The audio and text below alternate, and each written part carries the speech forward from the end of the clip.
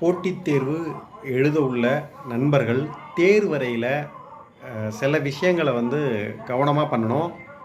அப்படி பண்ண வேண்டியதில் என்ன தப்பு தொடர்ந்து பண்ணிக்கிட்டு இருக்காங்க அப்படின்னா, ஒரு கொஸ்டினை வாசித்த உடனே அதுக்கான ஆன்சரை ஷேர் பண்ணணும்.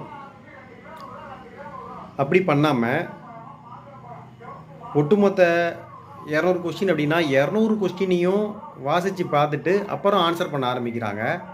அது நல்ல முறை கிடையாது.